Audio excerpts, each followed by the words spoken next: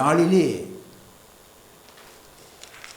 கர்த்தருடைய தூதுக்காக லூக்கா சுவிசேஷம் 12ஆம் அதிகாரத்திலே 16 தொடக்கம் 21வது வசனம் வரைக்கும் தயவு செய்து வாசிங்க. லூக்கா சுவிசேஷம் 12ஆம் அதிகாரம் 16 தொடக்கம் 21 வரைக்கும். அல்லாமலும் ஒரு உவமே அவர்களுக்கு சொன்னார். ஐஸ்வர்யம் உள்ள ஒருவனுடைய நிலம் நன்றாய் விளைந்தது. அப்பொழுது அவன், நான் என்ன செய்வேன்? என் தானியங்களை சேர்த்து வைக்கிறதுக்கு இடமில்லையே.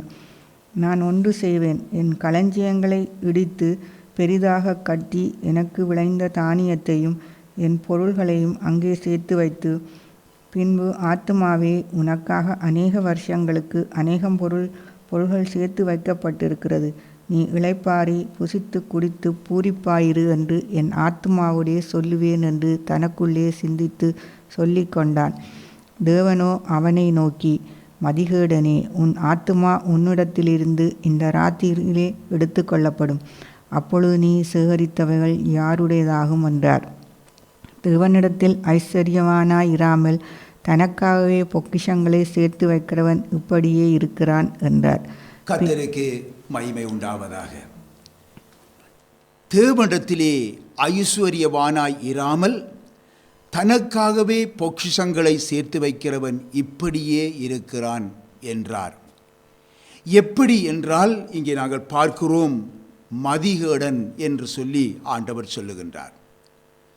இங்கே பார்க்கிறோம் அருமையானவர்களை, நம்முடைய ஆண்டவர் இயேசு ஒரு உவமையை ஆரம்பிப்பதை நாங்கள் பார்க்கின்றோம். இந்த உவமையை ஆரம்பிப்பதை இந்த 16ஆம் வசனத்திலே இருந்து நாம் காணுகின்றோம். ஐஸ்வர்யம் உள்ள ஒருவனுடைய நிலம் நன்றாய் விளைந்தது என்று சொல்லி அங்கே ஆரம்பிக்கின்றார்.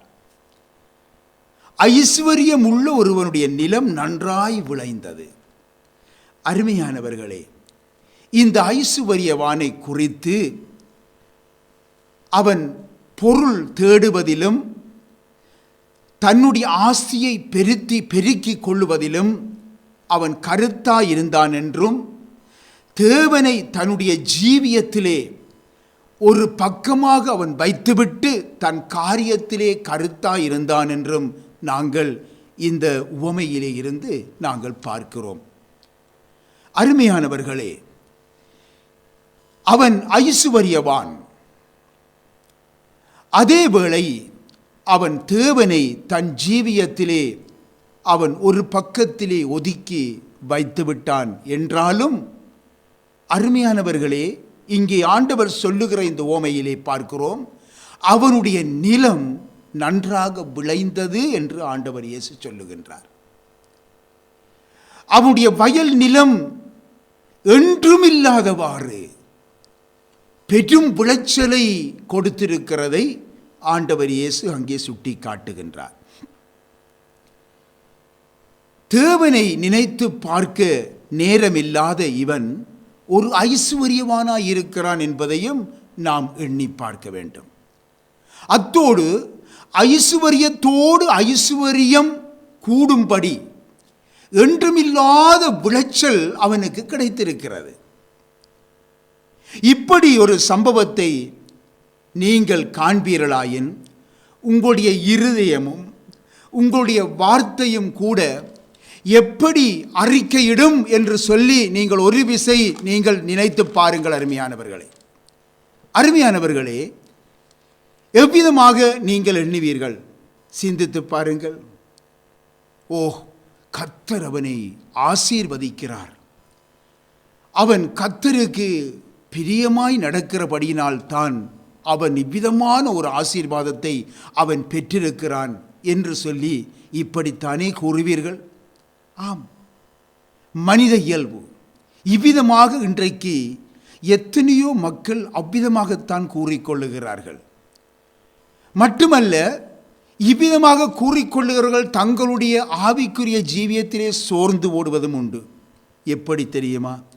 நான் கர்த்தரை எவ்விதமாய் இரவு பகலாக நான் அவரை தேடி அவருடைய பாதத்திலே இருக்கிறேனே, அவரிடத்திலே எப்பொழுதும் நான் அவரிடத்திலே கெஞ்சி விண்ணப்பிக்கிறேனே, அவருக்கென்று ஓடி ஓடி எவ்வளவோ காரியங்களை செய்கிறேனே, ஆனால் என்னுடைய வாழ்க்கையிலே ஒரு ஆசீர்வாதம் இழந்தவன் போன்று நான் காணப்படுகின்றேனே, எனக்கு ஏன் இவ்வளவு கஷ்டங்கள்? அப்படி என்றால் நான் கர்த்தருக்கு பிரியமாய் இருக்கவில்லையா என்று சொல்லி ஒரு சோர்வு உங்களுக்குள்ளே உண்டாகவும் இது வழிவகுக்கிறது.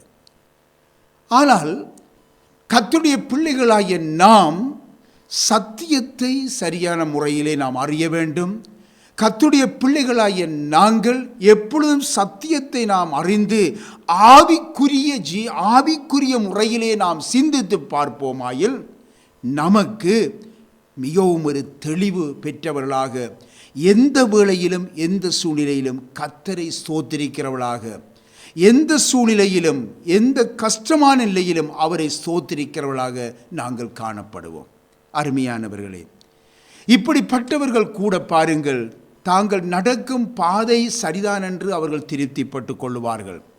இந்த ஐசுவரியவான் பாருங்கள், தான் நடக்கின்ற பாதை சரிதான் என்று அவன் திருப்திப்பட்டிருப்பான். ஒரு வேளையிலே அவன் தேவனை கூட அவன் நினையாமல் அவன் இருக்கின்றான் என்று சொல்லி நாங்கள் வைத்துக்கொள்வோம். ஆனாலும் அவன் தன்னுடைய இருதயத்திலே, நான் தேவனுடைய வழியிலே நிற்கின்றேன், ஆகவே நான் இவ்விதமாய் ஆசீர்வதிக்கப்படுகிறேன் என்று அவன் நினைத்திருக்கலாம். சில நேரங்களிலே பாருங்கள், அவர்கள் இப்படியானவர்கள் சென்று சபையிலே பெரிய சாட்சியம் கூறுவார்கள்.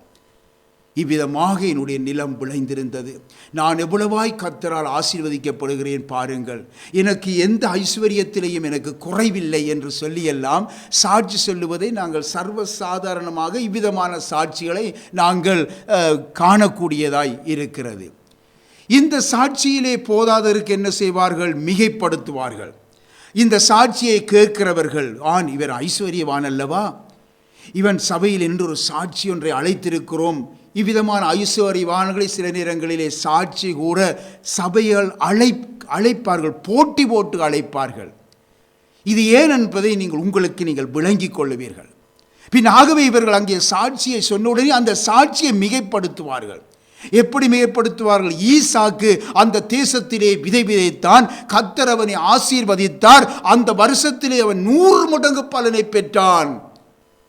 அன்று இந்த வார்த்தையை வைத்தே, இந்த வசனத்தை கூறி இந்த குடும்பம் இவ்விதமாக ஆசீர்வதிக்கப்படுகிறார்கள், இந்த ஐசுவரியவான் குடும்பம் எவ்விதமாய் ஆசீர்வதிக்கிறது பாருங்கள் என்று சொல்லி அல்லேலூயா சத்தத்தினாலே சபையை நிறைப்பவர்களும் உண்டு. அருமையானவர்களே, அருமையான தேவனுடைய பிள்ளைகளே, இந்த காலத்திலே நடக்கின்ற அநேக காரியங்கள் உங்களுக்கு இவ்விதமாக தெளிவை கொண்டு வரும் என்று சொல்லி நான் விசுவாசிக்கிறேன்.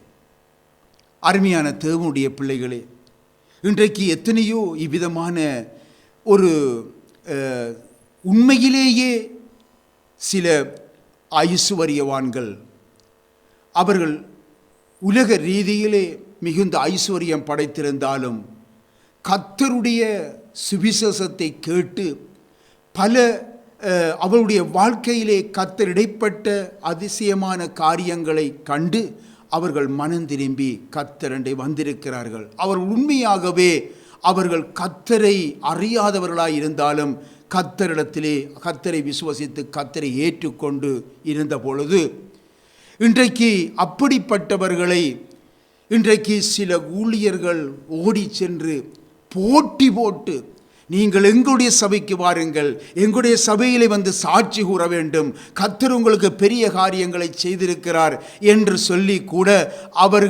அவர்களை விடாமல் துரத்தி அங்கே நின்றதினாலே அவர்களுடைய பெரிய கேள்வி இருந்தது, ஏன் இவர்கள் எங்களை இவ்விதமாக துரத்துகிறார்கள்?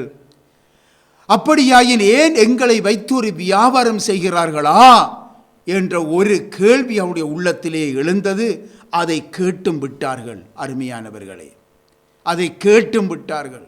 அதனுடைய பலன் பிற்காலத்திலே இன்றைக்கு அவர்கள் தாங்கள் பெற்றுக்கொண்ட அந்த பாக்கியமான வாழ்வை விட்டு இன்றைக்கு அவர்கள் ஒதுங்கி போய் தேவனை மறந்தவர்களாய், அவர்கள் ஏதோ தங்களுடைய பழைய வாழ்க்கையே போதுமென்ற மாதிரி இருப்பதை அருமையானவர்களே நான் கண்டு கொண்டிருக்கிறேன். அருமையானவர்களே, இம்மட்டுக்கும் உண்மை என்ன தெரியுமா? இங்கே நாங்கள் பார்க்கிறோம், இந்த ஐசுவரியவானை குறித்து ஆண்டவர் சொல்லுகின்ற இந்த உவமையை குறித்து பார்க்கும் பொழுது அவனுடைய ஜீவியத்திலே அவன் தேவனுக்கு அங்கே இடம் கொடுக்கவில்லை, தேவனுக்குரிய கனத்தை அவன் கொடுக்கவில்லை.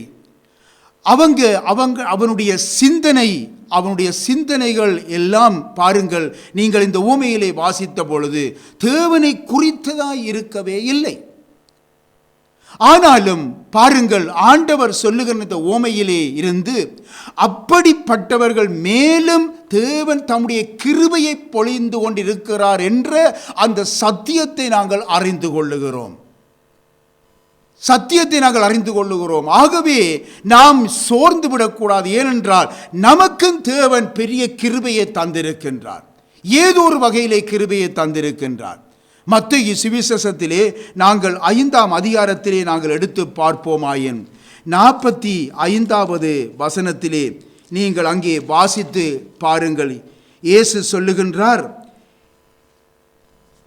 இப்படி செய்வதினால் நீங்கள் பரலோகத்தில் இருக்கிற உங்கள் பிதாவுக்கு புத்திரராய் இருப்பீர்கள். அவர் தீயோர் மேலும் நல்லோர் மேலும் தமது சூரியனை உதிக்க பண்ணி நீதி உள்ளவர்கள் மேலும் அநீதி உள்ளவர்கள் மேலும் மழையை பெய்ய பண்ணுகிறார் என்று சொல்லி அங்கே ஆண்டவர் இயேசு சொல்லுகின்றார். பின் அருமையானவர்களே, ஆண்டவர் எல்லாருக்கும் தம்முடைய கிருபையை கொடுக்கின்றார், எல்லாருக்கும் அந்த கிருபையை கொடுக்கின்றார். தேவன் நம்மை ஆசீர்வதிக்கும் பொழுது யாரும் அதை தடை செய்ய முடியாது என்பதை நாம் மறந்துவிடக்கூடாது.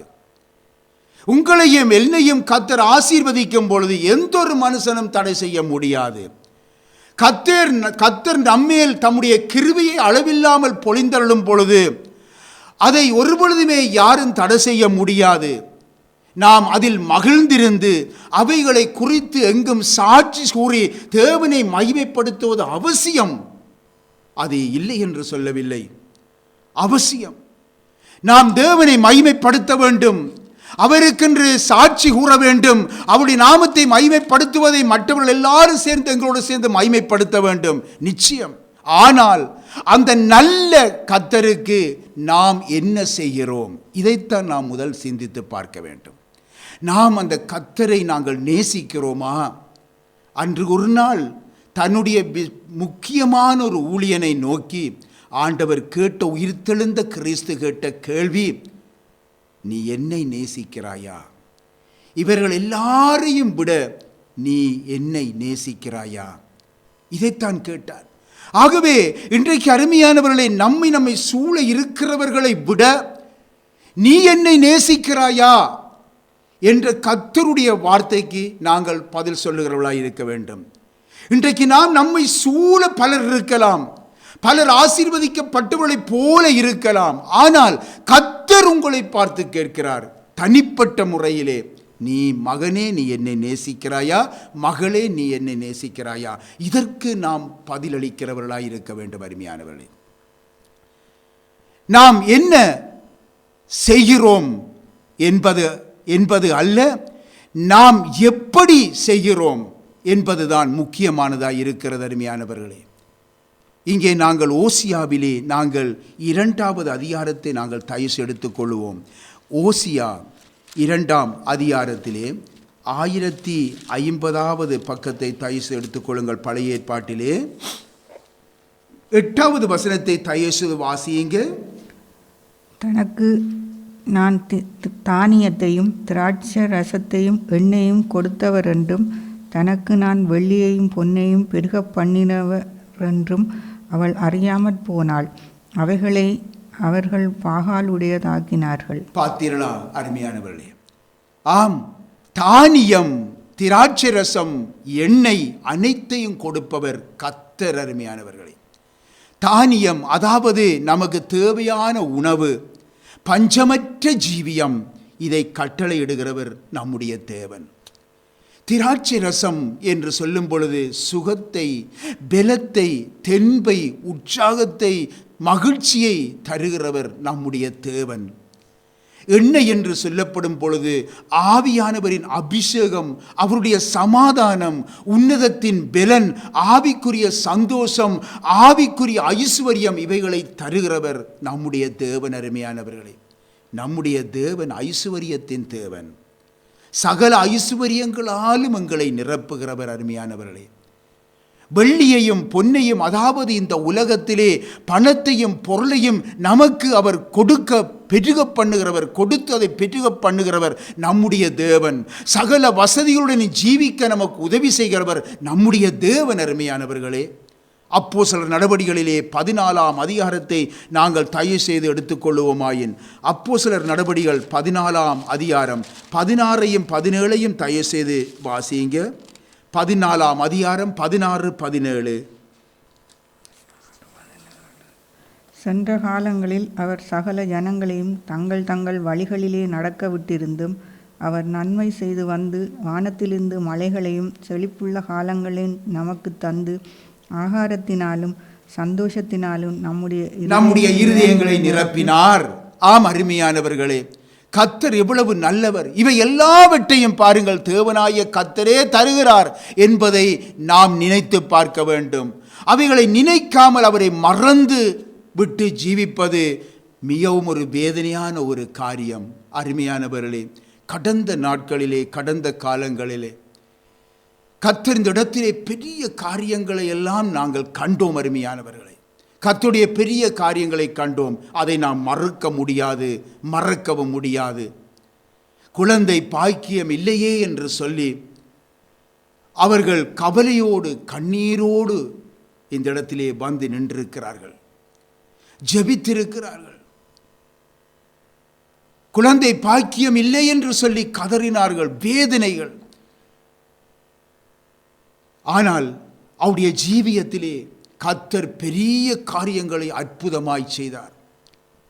அடைக்கப்பட்டிருக்கிற கற்பத்தை தேவன் திறந்தார். அவர்கள் ஏங்கியதோ ஒரு பிள்ளைக்கு, ஒரு குழந்தைக்கு. ஆனால் தேவன் 2, 3, 4 என்று சொல்லி கர்த்தர் நிறைவாய் கொடுத்தார்.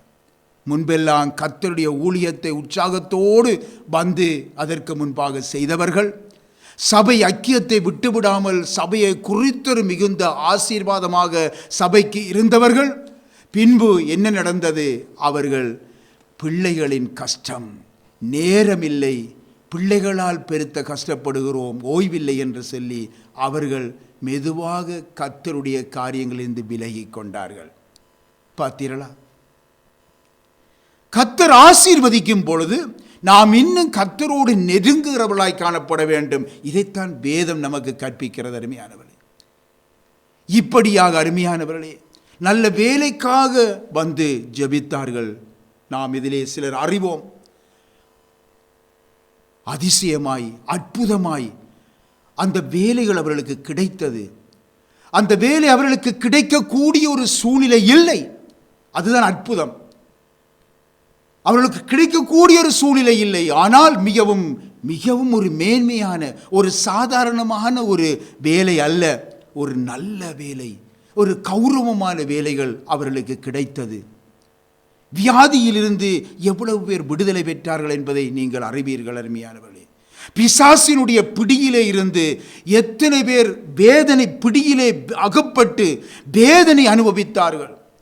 ஐயோ சாகிறேன் சாகிறேன் என்று சொல்லி கதறினவர்கள் அற்புதமாய் கர்த்தர் விடுதலையாக்கினார். அந்த வேதனையை நாம் அனைவரும் நாங்கள் அறிந்திருக்கிறோம். இதில் இருக்கிற சிலர் நிச்சயமாக அறிந்திருக்கிறார்கள். பிசாசினுடைய பிடியிலே அகப்பட்டு ஒரு மனிதர் வேதனை அனுபவிக்கிற ஒரு சாதாரண ஒரு காரியம் இல்லை. பாருங்க, அதை அனுபவித்ததை பார்த்தால், அந்த அனுபவத்திலே நீங்கள் காணும் பொழுதுதான் அதை நீங்கள் அறிவில் எவ்விதமாக ஒரு மனிதனை பிசாசானவன் வேதனைப்படுத்துகிறான் என்று சொல்லி.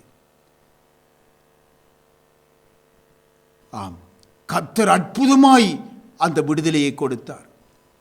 சமாதானம் இழந்திருந்தார்கள். குடும்ப சண்டைகள், குடும்ப பிரிவினைகள், கண்ணீரோடு வாழ்ந்தார்கள். அதாவது மகா பாதகமான பாவச் சேற்றிலே விழுகிறதற்கு இருந்தவர்கள் அற்புதமாய் பாதுகாக்கப்பட்டார்கள். ஆம், தேவன் செய்த பெரிய காரியங்களை நாம் சொல்லாமல் இருக்க முடியாது. ஆனால் இவ்விதமாக தேவனுடைய நன்மை பெற்றவர்கள் அநேகரை நம்முடைய ஊழிய பாதையிலே நாம் காணுகின்றோம். ஆனால் இன்று அவர்களோ தேவ சித்தத்திலே இருந்து தூரமாகி, தேவனுடைய வழியிலே இருந்து தூரமாகி, தங்கள் மனம் போன போக்கிலே இன்றைக்கு ஜீவிப்பதைக் கண்டு வேதனை அடைகிறோம். அருமையானவர்களே, இன்றைக்கு அவர்கள் தங்களுடைய குறைவுபட்ட நேரத்திலே கண்ணீரோடு தேவ சமூகத்திலே வந்து நின்று அவர்கள் கர்த்தருடைய செயலுக்காக அழுது புலம்பியவர்கள் இன்று அவர்கள் தங்களுடைய குறைவுகளை நிறைவாக்கியவரை மறந்து அவர்கள் தங்கள் நிறைவுகளிலே திருப்தி அடைந்திருக்கின்றதைத்தான் நாம் இன்றைக்கு காணுகிறோம். அருமையான தேவனுடைய பிள்ளைகளே, ஒருவனுக்கு எவ்வளவு ஆஸ்தி இருந்தாலும் அது அவனுக்கு ஜீவன் அல்ல என்று சொல்லி நம்முடைய ஆண்டவர் இயேசு சொன்ன வார்த்தையை நாம் நினைத்து கொள்ள வேண்டும். இன்றைக்கு சில பேரிடத்திலே பாருங்கள், கர்த்தரை குறித்து பேசும் பொழுது, நம்முடைய அந்த ஜீவன் உள்ள தேவனை குறித்து பேசும் பொழுது, அந்த சமாதான கர்த்தரை குறித்து பேசும் பொழுது, அந்த நிறைவுள்ள ஐஸ்வர்யத்தில் நிறைவுள்ளவரை குறித்து பேசும் பொழுது, எங்களுக்கு எல்லாம் நிறைவாயிருக்கிறது, நாம் எதற்காக நாம் இயேசுவிடத்திலே நாம் வர வேண்டும், இயேசு நமக்கு ஏன் தேவை என்றால் நமக்கு எல்லாம் நிறைவாயிருக்கிறது என்று சொல்லுகின்றதை நாம் காணுகின்றோம். அருமையானவர்களே, இந்த உலகத்தில் எவ்வளவுதான் நிறைவுள்ளவனாக ஒரு மனிதன் இருக்கலாம் அருமையானவர்களே, ஆனால் அது அவனுக்கு ஜீவன் அல்ல என்று சொல்லி ஆண்டவர் தெளிவாக சுட்டி காட்டுறார், தெளிவாக சொல்லுகின்றார். ஜீவன் தரும் தேவனை நினையாமலும் அவருக்கு கொடுக்க வேண்டிய கனத்தை கொடுக்காமல் விடுவதும் நம்முடைய ஜீவியத்திலே, ஒரு மனுஷன் தன்னுடைய ஜீவியத்திலே விடுகின்ற ஒரு பெரிய தவறு பாருங்க. பரிசுத்த வேதாகமத்திலே மார்க்கு சுவிசேஷத்திலே 10ஆம் அதிகாரத்திலே நீங்கள் 17வது வசனத்தை நீங்கள் எடுத்து வாசித்து பார்ப்பீர்களாயின், அங்கு ஒரு ஐஸ்வர்யம் உள்ள ஒரு வாலிபனை நாங்கள் காணுகிறோம். அவன் நித்திய ஜீவனை பெற வேண்டும் என்ற வாஞ்சையுடன் இயேசுவிடத்திலே ஓடி வருகிறான். இவன் முன்பு நாம் பார்த்த நன்றாக அந்த வயல் விளைந்த அந்த ஐசுவரியவானை விட ஒரு வித்தியாசமான ஒருவன். இந்த வாலிபனும் ஒரு ஐசுவரியவான் தான். தன்னுடைய வாலிய வயதிலே இந்த உலக பொருட்களினால் நிறைவுள்ளவனாக இருந்தும் அந்த அழிவில்லாத நித்திய வாழ்வை குறித்து அவன் சிந்திப்பதை நாங்கள் பார்க்கிறோம். அதை அடைய தன்னுடைய ஐஸ்வர்யத்தினாலே முடியாது என தெளிவுள்ளவனாய் இருக்கிறான் என்பதையும் நாம் காணுகிறோம். அதை இலவசமாக கொடுக்க வல்லவரான இயேசுவினிடத்திலே அவன் வருகின்றான். அதற்காக ஆலோசனையும் அவரிடத்திலே கேட்கின்றான். ஆண்டவர் இயேசு கொடுத்த ஆலோசனை அவனுடைய உலக ஐசுவரியத்தை பாதிக்கிறதாக உணர்கின்றான். தனக்கு உண்டாயிருந்த அந்த உலக ஐசுவரியத்தை குறித்து கடவுள் கூட டச் பண்ணக்கூடாது என்பது அவனுடைய நிலைப்பாடு என்பதை நாம் அந்த வாக்கியத்தில் இருந்து ஒவ்வொரு வார்த்தையிலும் இருந்து அறியக்கூடியதாக இருக்கிறது. பார்த்தீங்களா? அதை குறித்து பேசாமல் நித்திய ஜீவனை பெற்றுக்கொள்ள ஆலோசனை தர வேண்டும் என்பதுதான் அந்த வாலிபனுடைய, அந்த ஐஸ்வர்யம் உள்ள வாலிபனுடைய நிலைப்பாடாயிருக்கிறது. இதனுடைய முடிவு என்ன? நீங்கள் வாசித்து பாருங்கள். அங்கே நாங்கள் பார்க்கின்றோம், அந்த ஐஸ்வர்யம் உள்ள வாலிபன் கர்த்தருடைய வார்த்தையை கேட்டு அவன் வேதனை அடைந்து போனான் என்றுதான் பார்க்கின்றோம். அவன் கர்த்தருடைய வார்த்தையை கேட்ட பொழுது அவனுடைய இருதயம் சமாதானத்தினாலே நிறையவில்லை, அது அவனுக்கு ஒரு வேதனையை கொண்டு வந்தது என்று சொல்லி பார்க்கிறோம். ஏன்? அவனுடைய ஐஸ்வர்யத்திலே அவர் தொட்டுவிட்டார். அவனுடைய உலக ஐஸ்வர்யத்திலே அவர் தொட்டுவிட்டார். அது அவனுக்கு விருப்பம் இல்லை. அவன் சிறு வயது முதல் பாருங்கள், அவன் சிறு வயது முதல் தேவனுடைய கற்பனைகளை கைக்கொண்ட ஒரு வாலிபன். இயேசுவினிடத்திலே அவன் வந்து அவன் நித்திய ஜீவனை அடைய வேண்டும் என்று சொல்லி அவன் வாஞ்சியோடு வந்தான். ஆனால் அவனோ முடிவென்ன? அந்த நித்திய ஜீவனை அடையாமல் அவன் போய்விட்டான். தேவனுடைய பிள்ளைகளே, நம்முடைய நிலை என்ன?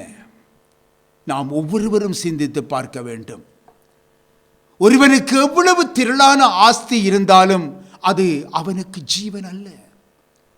தேவனிடத்திலே ஐசுவரியவானாயிராமல் தனக்காக பொக்கிஷங்களை சேர்த்து வைக்கிறவன் அப்படியே இருக்கிறான் என்ற ஆண்டவராய இயேசு கிறிஸ்துடைய வார்த்தையை நாம் எப்பொழுதும் நாம் இருதயத்திலே நினைத்து கொள்ள வேண்டும். அருமையானவர்களே, நாம் அதற்காகத்தான் அழைக்கப்பட்டிருக்கிறோம்.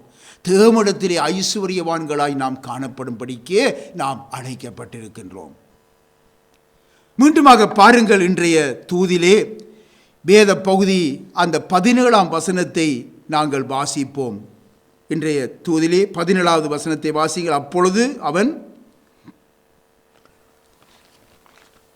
அப்பொழுது வாசிங்கள். நான் என்ன செய்வேன்? என் தானியங்களை சேர்த்து வைக்கிறதுக்கு இடமில்லையே என்று சொல்லி அங்கலாய்க்கிறான். அவ்வளவு நிறைந்த விளைச்சல் பாருங்க, அவ்வளவு நிறைந்த விளைச்சல். இம்முறை அவன் பெற்றுக்கொண்ட விளைச்சலை போல அவன் எந்த காலத்திலும் அவன் பெற்றுக்கொள்ளவில்லை. ஏனென்றால் அவன் முன்னொரு பொழுதும் அவனுக்கு அது அவ்விதமான விளைச்சல் இல்லாததினாலே இப்பொழுது அந்த பெரு விளைச்சலை கண்டதன் காரணமாக அந்த தானியங்களை சேர்த்து வைக்க இடமில்லையே என்ற கவலை அவனுக்கு உண்டாயிருக்கிறது. அப்போஸ்தலர் நடபடிகளிலே 2ஆம் அதிகாரம் 37ஆம் வசனத்திலே நாங்கள் வாசித்து பார்ப்போமாயின், அங்கே பேதுருவின் பிரசங்கத்தை கேட்ட அங்கே ஜனங்கள் இருதயம் குத்தப்பட்டவர்களாய், சகோதரரே நாங்கள் என்ன செய்ய வேண்டும் என்று சொல்லி அங்கே கேட்கிறார்கள். அப்பொழுது பேதுரு அவர்களை நோக்கி, நீங்கள் மனம் திரும்புங்கள், பாவ மன்னிப்புக்கென்று இயேசு கிறிஸ்துவின் நாமத்தினாலே ஞானஸ்நானத்தை பெற்றுக்கொள்ளுங்கள். அப்பொழுது நீங்கள் இன்னும் விதமாக தொடர்ந்தும் பல ஆலோசனைகளை அங்கே அவர்களுக்கு சொல்லி இயேசுவினுடைய ரட்சிப்பை, இயேசு கொடுக்கிற ரட்சிப்பை அவர்கள் பெற்றுக்கொள்ளும்படியாய் அங்கே பேதுரு அங்கே வழி செய்கிறார். அருமையான தேவனுடைய பிள்ளைகளே, இன்றைக்கு நீங்கள் இந்த நேரத்திலே பாருங்கள், இந்த கேள்வி இந்த ஐசுவரியவானுக்கு இல்லை. இங்கே தன்னுடைய வயல் நிலத்திலே அங்கே விளைச்சலை கண்ட ஐஸ்வர்யம் உள்ள இந்த மனிதன், அவனுடைய இருதயமோ இந்த ஆசீர்வாதத்தை கொடுத்த தேவனை தேடவில்லை. மாறாக அந்த பொருள் மேல் அவன் அங்கே ஒரு அக்கறையோடு அதை தேடுவதை, அதை சார்ந்திருப்பதைத்தான் நாங்கள் பார்க்கின்றோம். சங்கீதத்திலே அங்கே 10வது அதிகாரத்திலே சங்கீதம் 10 3 4 தயவு செய்து வாசிங்க பார்ப்போம். சங்கீதம் 10 3 4 வாசிங்க.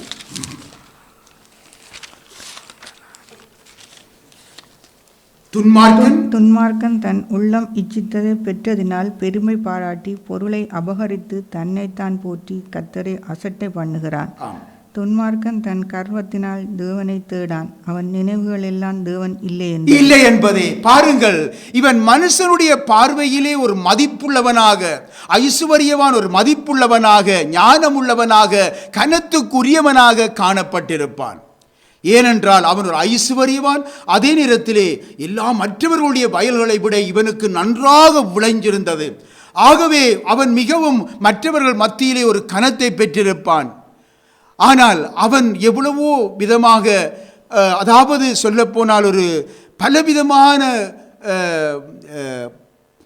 மனிதருக்கு பிரியமில்லாத, கடவுளுக்கு பயமில்லாத எத்தனையோ வேலைகளை அவன் செய்திருந்தாலும், ஆனால் மனுஷருடைய கண்களுக்கு அவன் ஒரு கனம் பெற்ற ஒரு மனுஷனாகத்தான் அவன் இருந்தான். அருமையானவர்களே, இப்படிப்பட்ட இந்த மனிதன் கர்த்தருடைய சபைக்கு வருகிறான் என்று வைத்துக் கொள்ளுவோம்.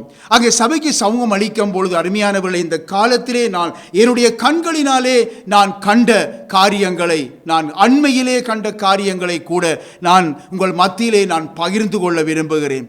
இவ்விதமாக சமூகம் அளிக்கும் பொழுது ஏதோ ஒரு வகையிலே மனிதரினாலே ஒரு கனம் பெற்றவர், மனிதர்களாலே போற்றப்படுகிற ஒரு மனுஷன் அங்கே சமூகம் அளிக்கிறார்.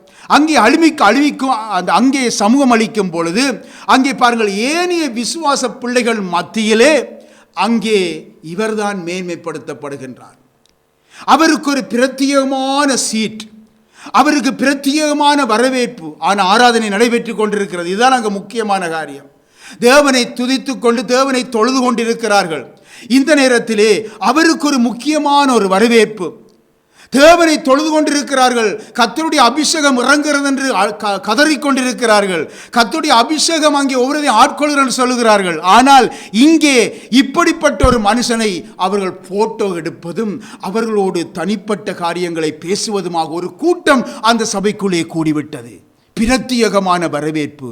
அருமையானவர்களே, எவ்வளவாக கர்த்தரை அவமானப்படுத்துகிறார்கள், எவ்விதமாக கர்த்தர் அங்கே நிந்திக்கப்படுகிறார் என்பதை நாம் ஒரு விசை சிந்தித்து பார்க்க வேண்டும். அருமையானவர்களே, பிரத்யேகமான வரவேற்பு. அவரை குறித்து உடனடியாக எல்லாவற்றையும் நிப்பாட்டிவிட்டு, தேவனை தொழுது உள்ள காரியங்களை எல்லாம் நிப்பாட்டிவிட்டு, அவரை குறித்து 2-3 வார்த்தைகள், அவரை குறித்து மேன்மையான வார்த்தைகள் அங்கே ஆல்டரில் என்று சொல்லப்படுகிறது. அன்று அந்த ஐயாதான் சபையிலே கனம் பெற்றவர், கர்த்தர் அல்ல.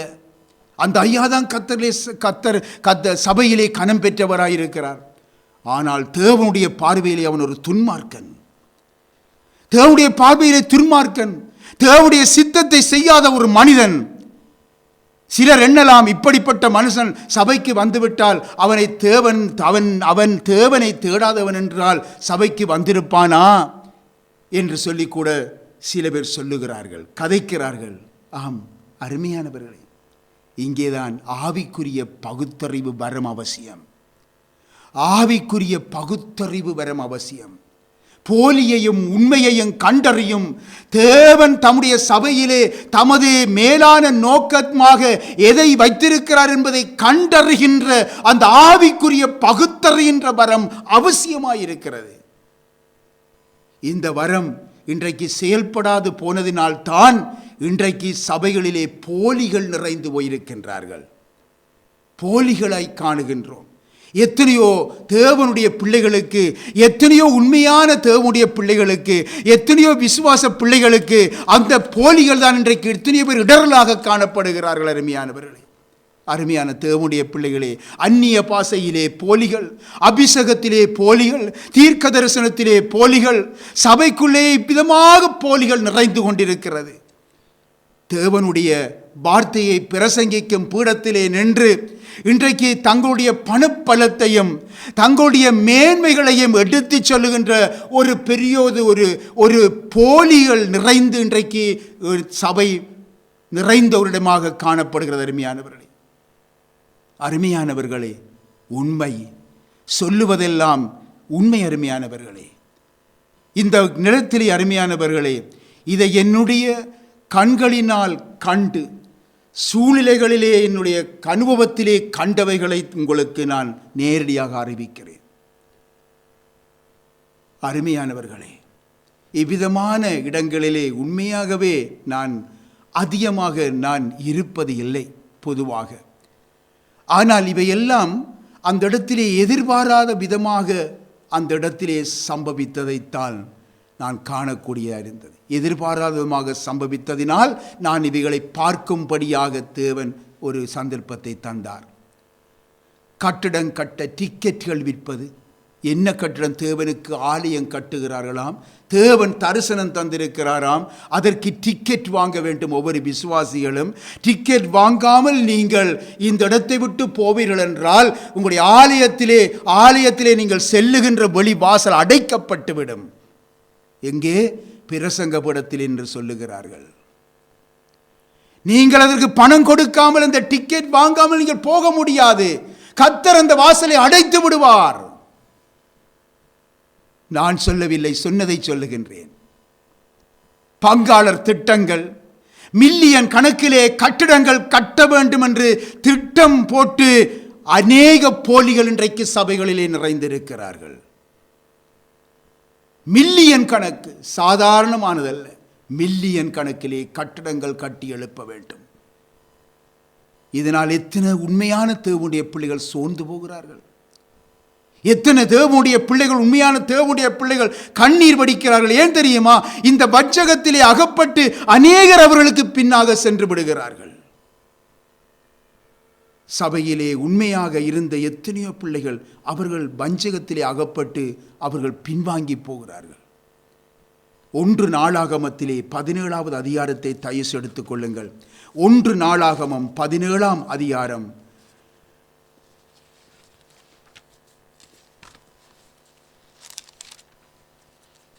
17ஆம் அதிகாரத்திலே 5வது 6வது வசனத்தை தயவு செய்து வாசியுங்கள்.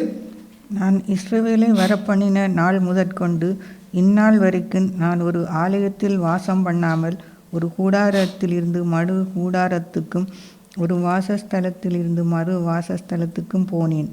நான் சகல இஸ்ரவேலோடும் உலாவி வந்த எவ்விடத்தாயிலும் நான் என் ஜனத்தை மேய்க்க கற்பித்த இஸ்ரவேலின் நியாயாதிபதிகளில் யாதொருவனை நோக்கி, நீங்கள் எனக்கு கேதுரு மரத்தால் செய்யப்பட்ட ஆலயத்தை கட்டாதிருக்கிறது என்ன என்று யாதொரு வார்த்தை சொன்னது உண்டோ? யாதொரு வார்த்தை சொன்னது உண்டோ? கேதுரு மரம் என்பது மிகவும் விலையுயர்ந்த மரம். ஆகவே ராஜாக்களுடைய அரண்மனைகளிலே அங்கே சித்தரிக்கப்பட்டிருக்கிறது இந்த கேதுரு மரங்கள். ஆகவே இந்த மரங்களினாலே நீங்கள் எனக்கு ஒரு ஆலயத்தை கட்டுங்கள் என்று சொல்லி உங்களுக்கு நான் எப்பொழுதாவது நான் கேட்டதுண்டோ என்று சொல்லி கர்த்தர் கேட்கின்றார். இப்படிப்பட்ட நம்முடைய தேவன், இப்படிப்பட்ட நம்முடைய தேவாதி தேவன் இந்த மில்லியன் கணக்கிலே கட்டிடங்களை கட்டு, அவருக்கு ஆலயத்தை, எனக்கு ஒரு ஆலயத்தை கட்டென்று தரிசனத்திலே சொல்லுவாரா? சிந்தித்து பாருங்க. இந்த நாளிலே நயமான பேச்சுக்கள், நயமான ஜெபங்கள், உணர்ச்சி வசப்படும் பேச்சுக்கள், பரவசமான நிகழ்ச்சிகள், உரத்த சத்தங்கள் இன்றைக்கு அபிஷேகத்தின் அடையாளங்கள் அல்ல என்பதை ஒவ்வொரு தேவனுடைய பிள்ளைகளும் நினைத்து கொள்ள வேண்டும், நினைத்து கொள்ள வேண்டும். இன்றைக்கு இவைகள் தான் அபிஷேகத்தின் அடையாளங்களாக இன்றைக்கு மக்கள் நினைத்து அவர்கள் ஏமாந்து போகிறார்கள். நவீன எலக்ட்ரானிக் சாதனங்களினால் சுவிசேஷம் பிரபலியப்படுத்தப்படுகிறது, சபை ஆராதனைகளில் அபிஷேக வல்லமை வெளிப்படுகிறது என்பது இந்த கருவியை முக்கியத்துவப்படுத்தித்தான் என்பது முக்கியம் அல்ல. அருமையானவர்களே, முக்கியம் அல்ல.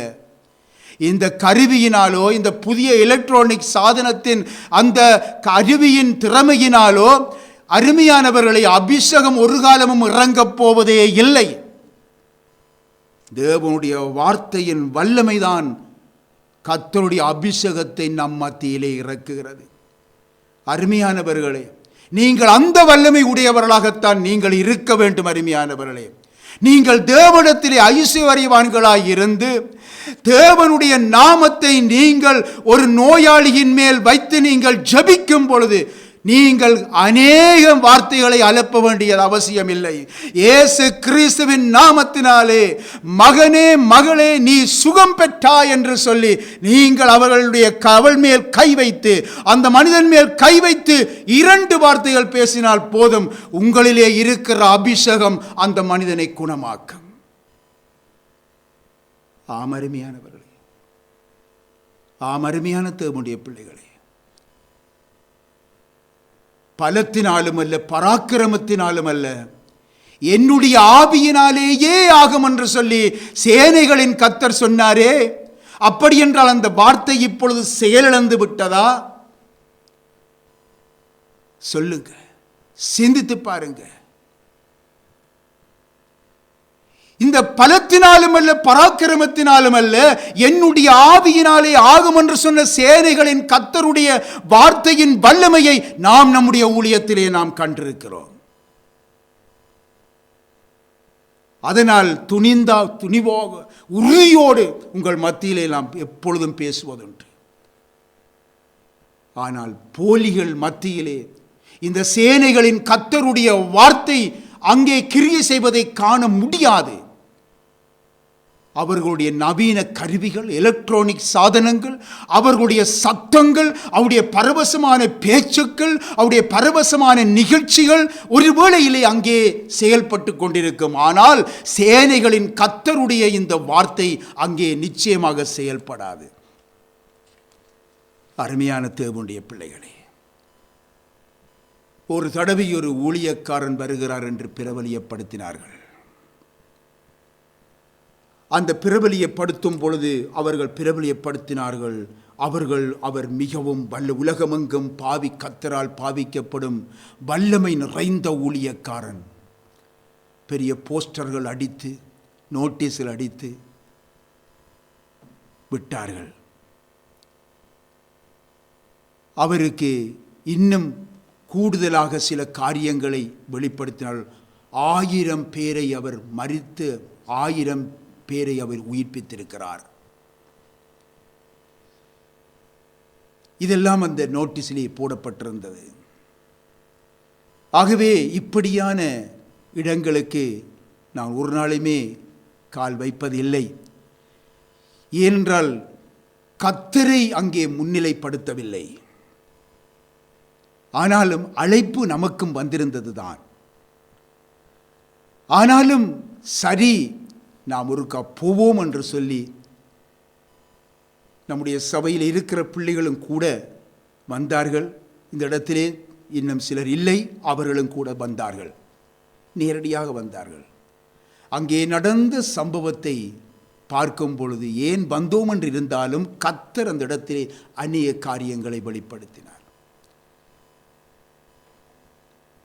அங்கே வந்த சில நோயாளிகளை அழைத்து கொண்டு வந்திருந்தார்கள். யாரை நம்பி? அந்த ஊழியக்காரன் நம்பித்தான், கர்த்தரை நம்பி வரவில்லை. அவர்களை வைத்து அவர்கள் அங்கு படுத்தின பாடு வேதனையை அளித்தது. நமக்கு நடக்க முடியாத ஒருவரை வைத்து நீ எழும்பி நட, எழும்பி நட, எழும்பி நட, எழும்பி நட என்று சொல்லி, நீ நடந்தால் நடப்பாய், நட நட நட என்று சொல்லி அந்த மனிதனை போட்டு கஷ்டப்படுத்தியதும், அவரை சூழ பல கேமராக்கள் கொண்டு வந்து அவளை போட்டோ எடுக்க அவர் கூட்டிக் கொண்டு வந்திருந்தார் இந்திய தேசத்தில் இருந்து. அதில் ஒரு கண் பார்வை இழந்த மனுஷன், ஒரு வெளிநாட்டு மனுஷன், அந்த மனுஷனையும் கொண்டு, அந்த மனுஷனும் கர்த்தரை நம்பி வந்திருந்தார்.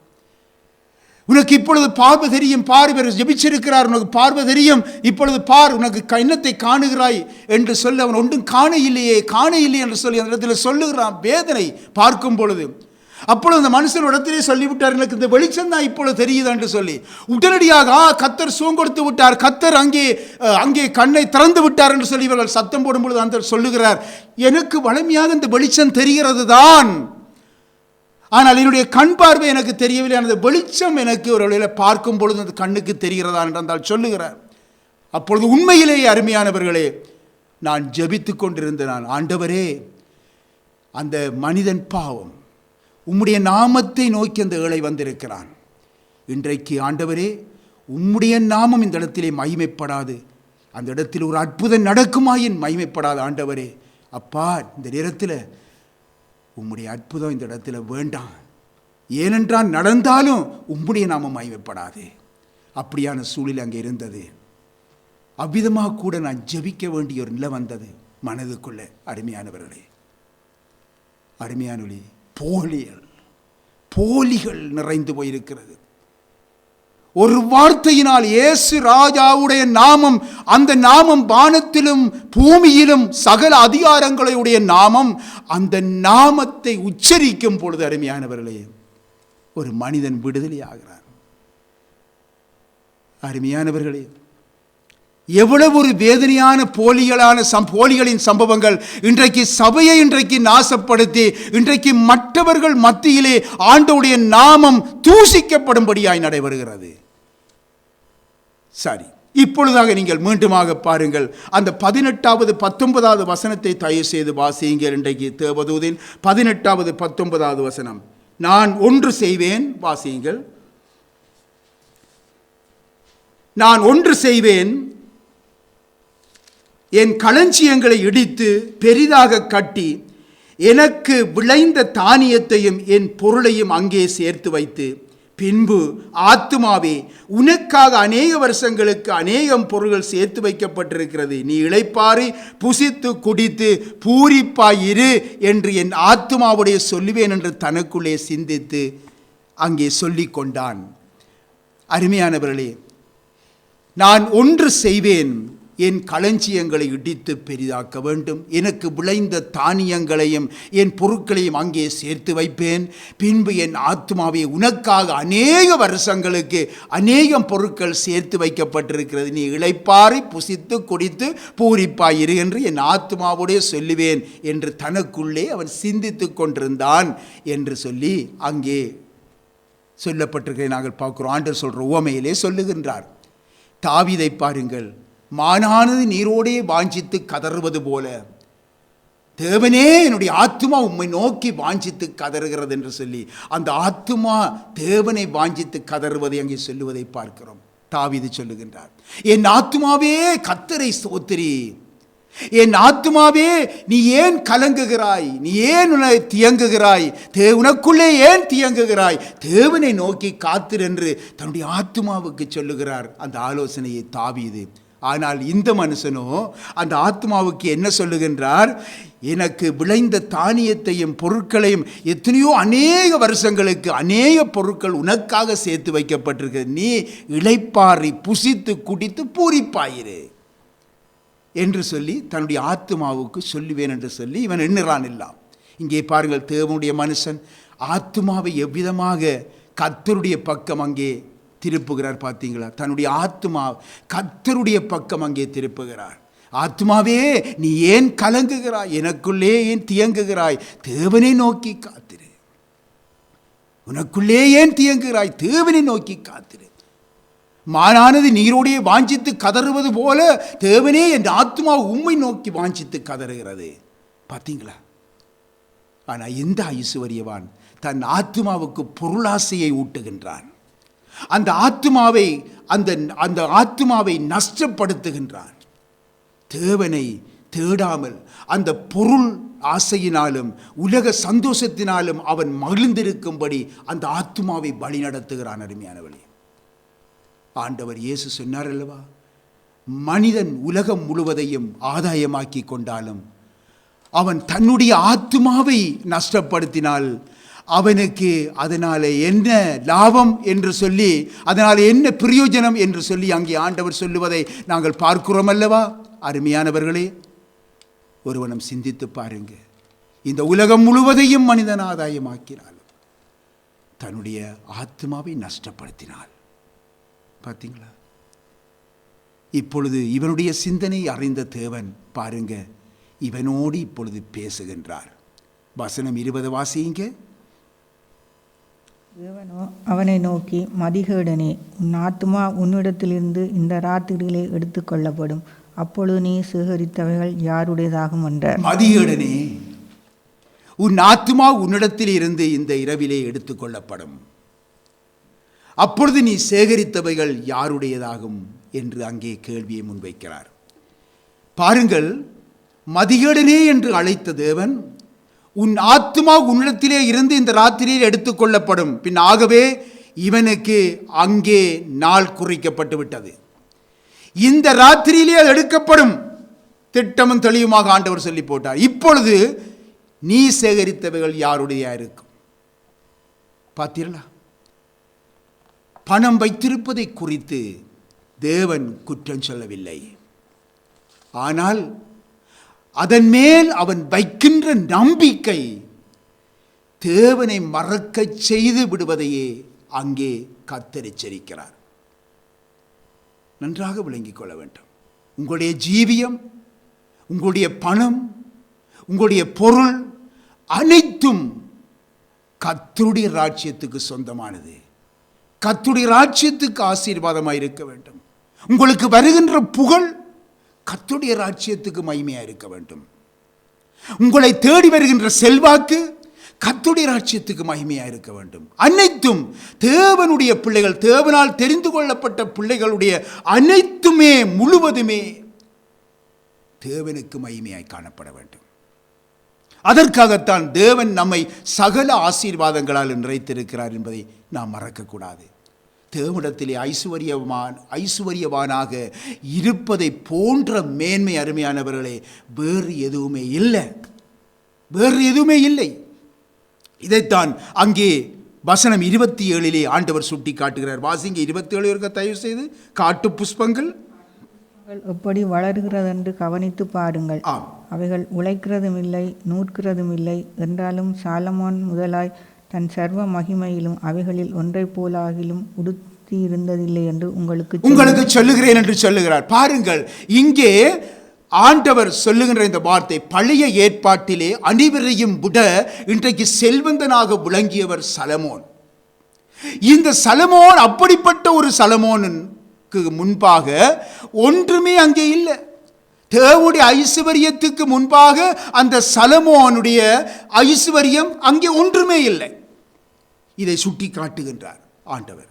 ஆகவே இந்த உலகத்திலே பணம், பொருள், உலக மேன்மைகள், அனைத்து ஐஸ்வர்யங்களிலும் இருந்து உங்களுடைய கவலைகளை நீங்கள் விட்டுவிடுங்க. அதை தூக்கி வீசிவிடுங்க. கர்த்தர் மீதும் அவருடைய ராஜ்யத்தின் மீதும் உங்களுடைய முழு கவலைகளும் பெருகட்டும்.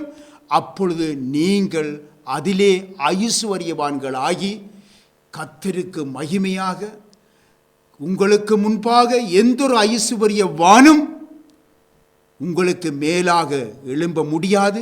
அவ்விதமான ஒரு ஐஸ்வர்யத்தினாலே தேவன் நம்மை நிறைத்து தேவன் நம்மை எங்கும் சாட்சியாக வைப்பார்.